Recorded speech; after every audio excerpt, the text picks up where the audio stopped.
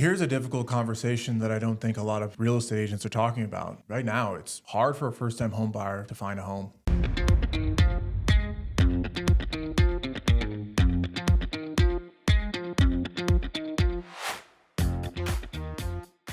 How difficult it can be for a first-time home buyer to try to get their offer accepted, or that, let's call it lower starter price range, that 350, 400 and under, where maybe you have a smaller home to sell and you're trying to compete. Contingent, things like that. Those are some of the hardest things right now. It's been huge. And I think when I first started in this business, or like when I bought my first house, right? The first house I bought was $160,000 townhome, right? Right. And that's like HOA was probably much less than it is now. It was like $200 a month, right? And then now that same townhome is $275,000 with a $400 a month HOA fee, with interest rates also at 7% versus 4% when I was first in it. And you have this fear a little bit. I think we also have where the younger generations are kind of going toward, well, I'm just going to rent. Right. Home ownership isn't as important. And also I think it's so much more difficult than it is. I don't know. Like, you've been doing this longer than I have, but obviously you've seen it where it was like really cheap and easy for people to get into houses. Right. Is this not the hardest time you've seen for a first-time home buyer to get into a house or get a house? It definitely is the most difficult time,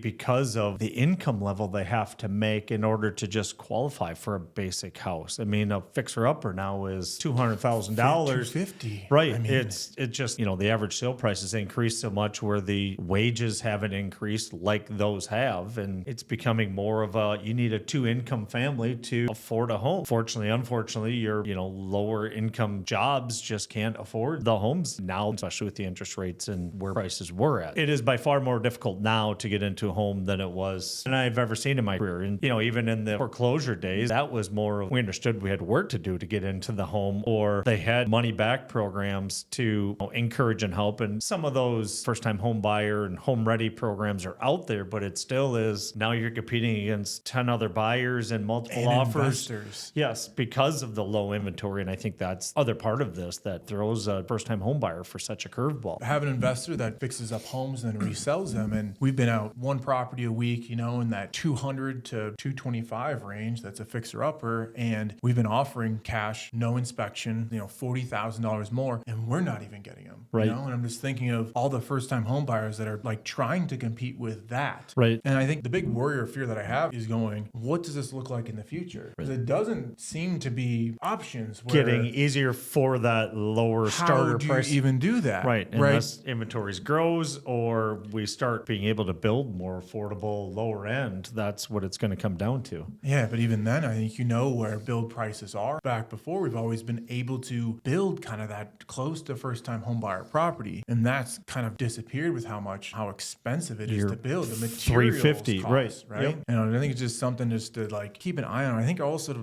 for first-time home buyers to know, this is really difficult for you. Right. This is, in a way, it's never been this hard, right? This is harder than it's ever been, I think, for that first-time home buyer to get into it. Because it's frustrating for them, and it's us trying to help them and guide them and keep them positive going through it when they're losing out on 2, 3, 4 houses, and now they feel like they have to settle because this is the only house that's out there and it's not the ideal one. But that's unfortunately some of the stuff, or some of the hoops we run into, is very difficult for them. It's very frustrating for them. It's frustrating for us on that behalf because we want to help and guide them and help somebody get into that. Yeah, I think it's one of those things that's just been hard for a while. Doesn't look like it's getting any easier, you know? So something that we'll see as time goes on, if that percentage of home ownership is just going to kind of... that average age continues to rise before they actually purchase. Obviously, renting isn't the best idea because you're just throwing your money away. You're paying 100% interest, $1,500, which rent rates are going up as well. So would I rather own versus rent? 100%. Yeah, and I think it's always getting that next move up into the next price range bracket. So I think,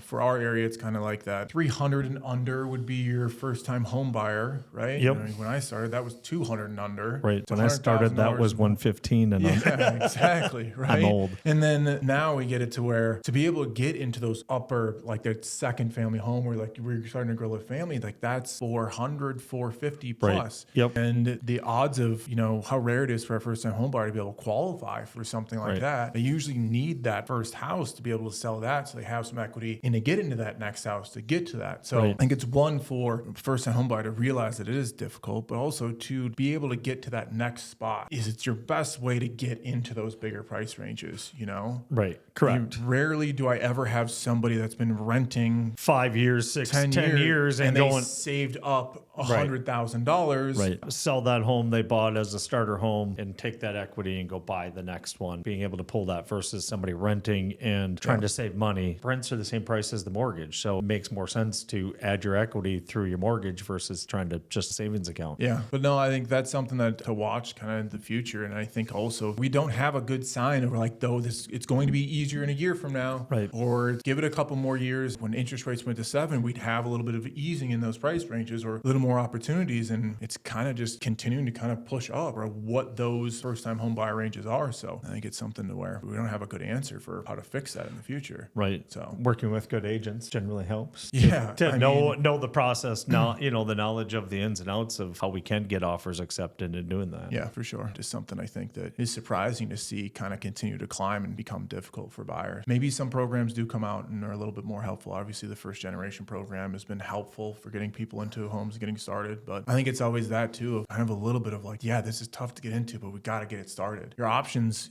a year from now or 2 years from now, don't look like they're going to be better ones. Right. How many conversations have you had and I've had with clients? Well, I'm going to wait. I want to wait a year. I want to wait 2 years. And next thing you know, now interest rates have doubled or tripled and prices have went up 30, 40%. Everybody's waiting for the crash. And until inventory changes, I don't see that happening. And I don't know when or how inventory would change when there's so much pent up buyer demand. Yeah, nor is something I would bank on. I mean, I think it's always that as every year that I've been in real estate where it's been like, maybe we should have bought last year. Yep. You kind of go back through history and there's only a couple of moments and a couple of times where it's like, yeah, we should have skipped this one. You know? Right. But in that, for the most part, you don't realize that where it goes. Maybe actually right now is the best time for first-time home buyers for a long time, right? And it doesn't feel like that, but it actually is. I mean, I think that when it comes to the pandemic, it was a little bit of that, where it was like, this doesn't seem like it's going to be a good deal for anybody, home buyers or sellers, right? And the exact opposite happened. The exact opposite happened. So I think one, for us to